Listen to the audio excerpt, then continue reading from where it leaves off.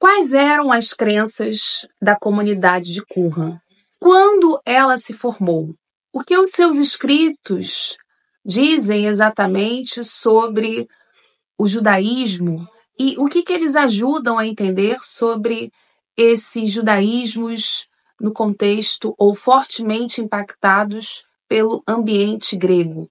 Quais as influências persas sobre os escritos da comunidade de Qumran? Tudo isso você vai descobrir hoje no corte que eu separei da aula do professor Rogério Lima de Moura para o curso Judeus e Cristãos dentro do Império Romano, que faz parte do curso de aperfeiçoamento História do Cristianismo, que você pode encontrar o link aqui da Hotmart.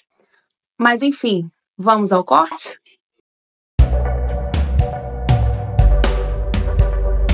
Então, esses grupos surgem principalmente nos desertos da Judéia, no século II antes da Era Comum, e formam grupos que, de uma certa maneira, são grupos antagônicos aos sacerdotes que dominam o Templo de Jerusalém. Nesse sentido, também são grupos sectários, são grupos que se separam da região, entre aspas, oficial de Jerusalém, né? Por que entre aspas? Porque nós temos todos esses grupos, essa pluralidade de grupos e pensamentos religiosos dentro desse período, né?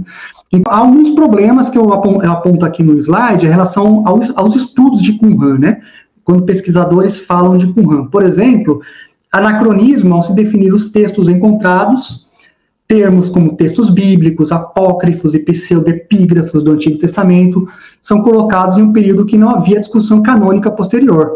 Então, devemos lembrar, pessoal, que não temos um cânon. Então, esses textos encontrados em Qumran, para a comunidade, eram tão legítimos como os outros textos sadoquitas, como a Torá, né? Então, não existia essa ideia de textos canônicos, textos apócrifos, textos não canônicos, todos esses conceitos que nós usamos aqui na pesquisa histórica religiosa do Antigo Israel e Judá, são conceitos criados pelos acadêmicos para tentarmos entender aquele período, né? Mas não são conceitos que se encontram no século II nem no século I, antes da Era Comum.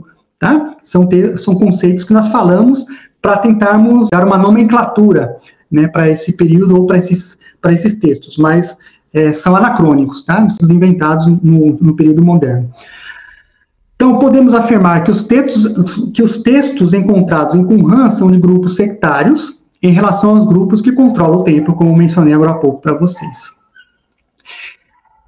Finalizando, então, quais são as características desses textos que nós encontramos e podemos, então, fazer uma espécie de sistematização do pensamento desses grupos qumranitas, né? Desse pensamento desses grupos que estão ali em Qumran. Primeiro, o dualismo cósmico, um texto chamado O Rolo da Guerra, que afirma que o universo está dividido entre os filhos da luz e os filhos das trevas. Lembra que eu falei agora há pouco para vocês dos persas, da religião persa, que fazia também essa divisão? Os filhos da luz são aqueles que seguem o deus principal, Ahura Mazda, e os filhos das trevas são aqueles que seguem o inimigo de Ahura Mazda, que é o Angra Mainyu. Aqui é a mesma coisa, só que os filhos da luz seguem ao deus Yahvé e os filhos das trevas seguem a Satã, né? No caso aqui, já tem essa figura também no período grego, né? Período persa, período grego também tem essa figura que vai ganhando características que lá no Novo Testamento já tem essa figura bem avançada, né? Bem potencializada, né? A figura de Satã. Então, filhos da luz são os humanos e os anjos, principalmente aqueles que seguem as normas da comunidade Qumran, né? Então são aqueles chamados filhos da luz, e os anjos também são chamados de filhos da luz. E os filhos das trevas, anjos das trevas, Belial ou humanos no sentido daqueles opositores, né? Então quem são os opositores da comunidade Qumran? Aqueles que estão governando o sacerdócio em Jerusalém, provavelmente os asmoneus, né? Nesse período do século II antes da Era Comum. Então filhos das trevas seriam os opositores da comunidade Qumran, né? Quem eles olham com certa negatividade, né? desses grupos. Então, esses grupos também apresentam um tipo de pré-determinismo, né? que também é uma influência que está contida nesses grupos de Qumran, da apocalíptica judaica, essa ideia de que a divindade é onipotente e que os tempos estão fixados. Dentro da teoria da história, a gente trabalha bastante essa questão, né, do tempo linear, né? Então, aqui no caso do pensamento qumranita é um tempo linear. Existe um começo, um meio e o fim. O fim da história, segundo a ideia dos grupos de Qumran, seria aquele momento. Século II antes da Era Comum seria o fim da história. Eles estavam esperando a justiça de Yahvé, né, o julgamento do Deus Yahvé para ajustar as coisas, né? Então, punir os maus e glorificar os bons.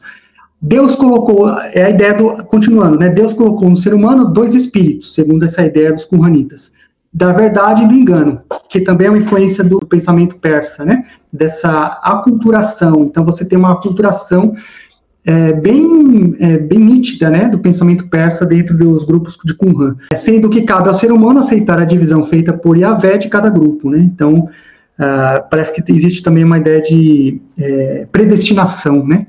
Daqueles que são filhos bons e filhos maus. A grande quantidade de textos do livro de Enoque sugere que a comunidade qumranita acreditava que esses textos eram tão autorizados como os livros sadoquitas.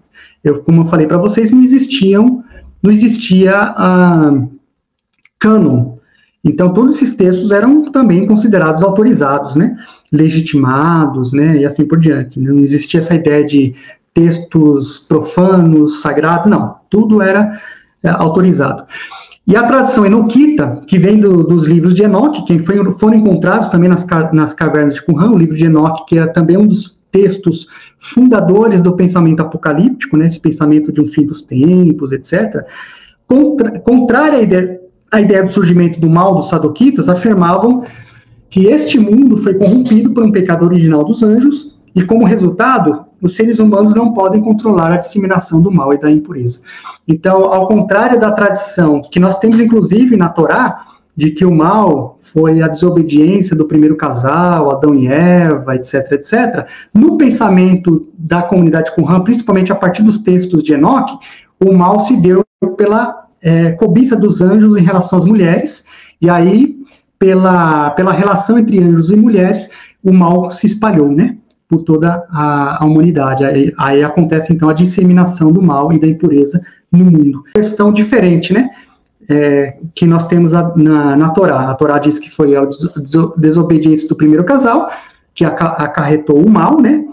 E nós temos uma teologia diferente aqui em Qumran, que diz que não, que o pecado no mundo entrou por seres celestiais, né? A partir do momento que se relacionaram com seres humanos, principalmente com as mulheres, né? Gostou do conteúdo? Então se inscreva, deixe seu like e compartilhe esse vídeo com amigos e familiares.